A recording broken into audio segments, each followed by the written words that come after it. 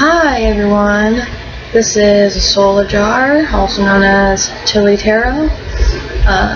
I just wanted to make a little introduction video to my new tarot YouTube channel, which I've been wanting to do for a while, but I'm still really kind of a beginner in tarot, but I'm kind of starting to feel like get to the point where kind of going from beginner to medium, working my way up.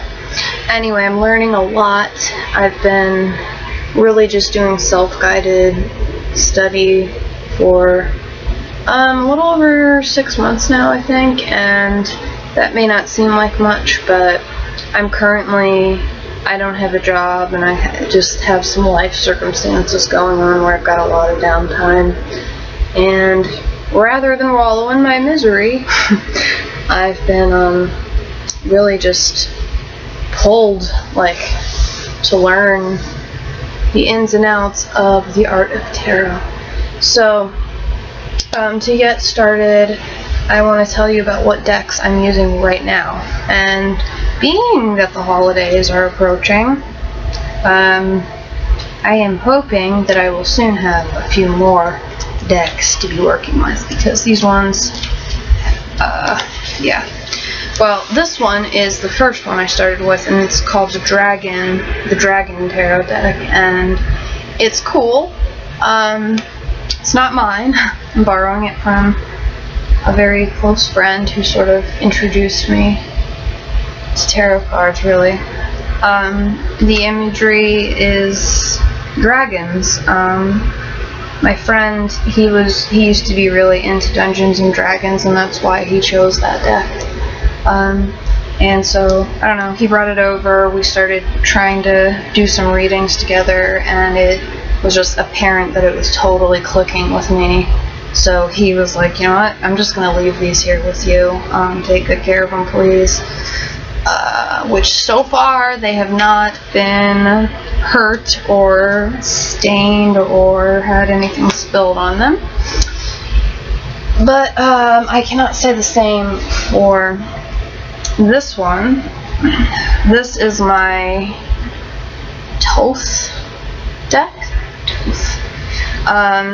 I ordered this myself a few months back, and I didn't really understand yet that this is a pretty advanced deck. It's not really for beginners.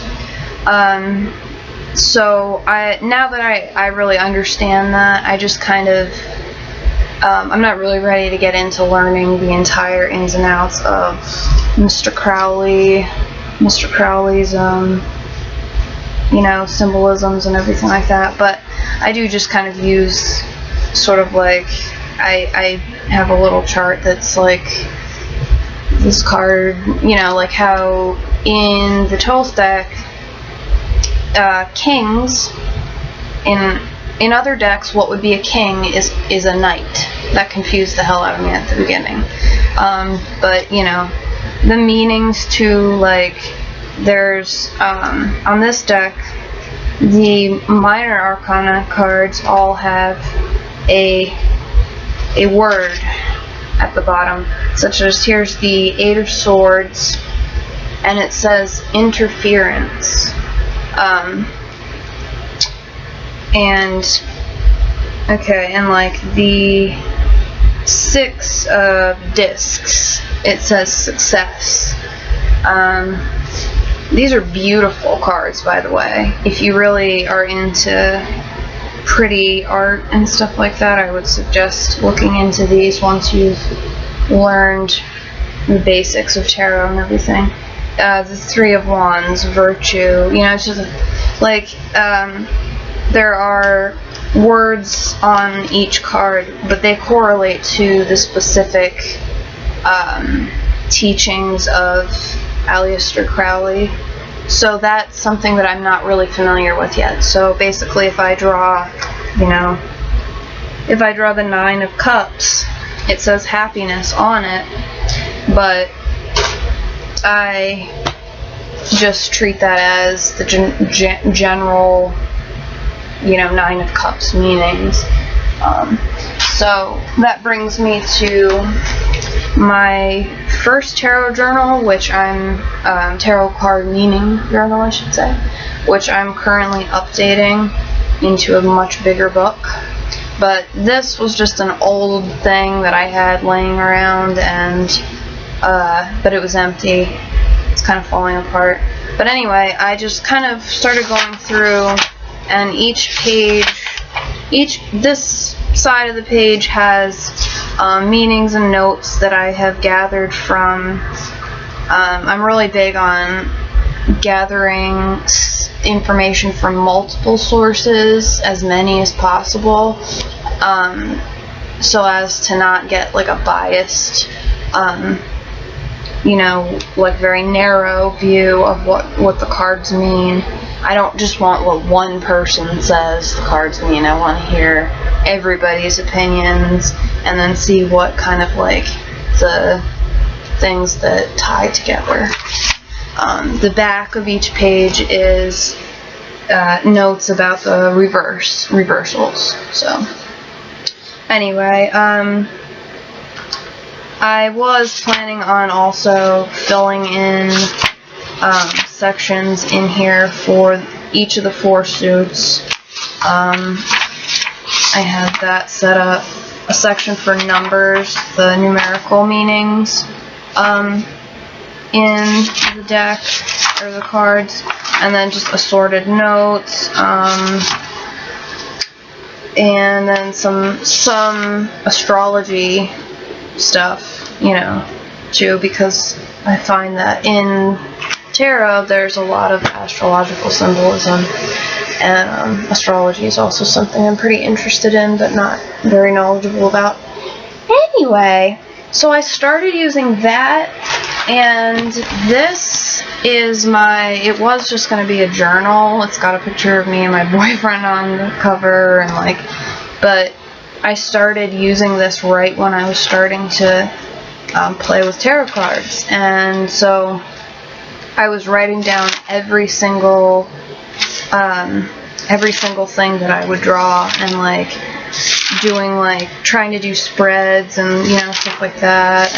But you know, looking through this, I can really see how much I've learned, how a lot of the things at the beginning that I thought were not exactly true, and I've learned, I've just grown a lot in my knowledge. But this book is very important to me. I'm almost at the very, very last page, actually. Now I just really use it as, I'll show you like an example page here. Like, this is 2 days worth of my daily drawings. Some days I feel kind of like, if I'm getting a bunch of cards that are just like, I don't get them at all, I will draw a clarifying card for each, and so that's why this particular one is kind of big. But generally, I just do like this day, a past, present, future, and then the card up here, I don't know. I was kind of using it for as a, you know, main theme of the day kind of a card, but it just didn't really sit very well with me doing it that way.